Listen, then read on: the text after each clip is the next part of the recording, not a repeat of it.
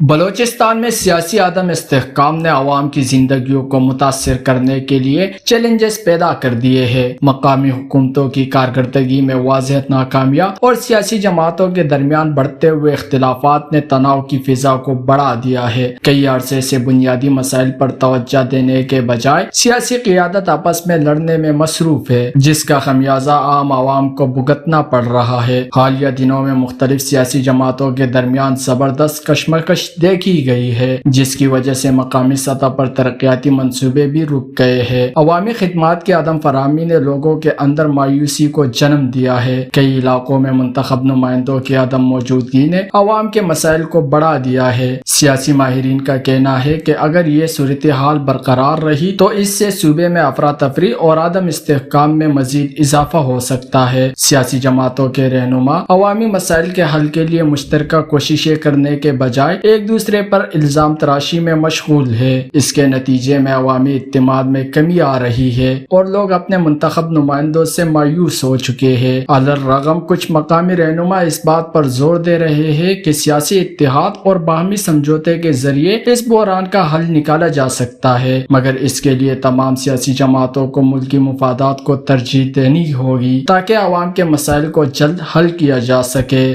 وش news Balochistan.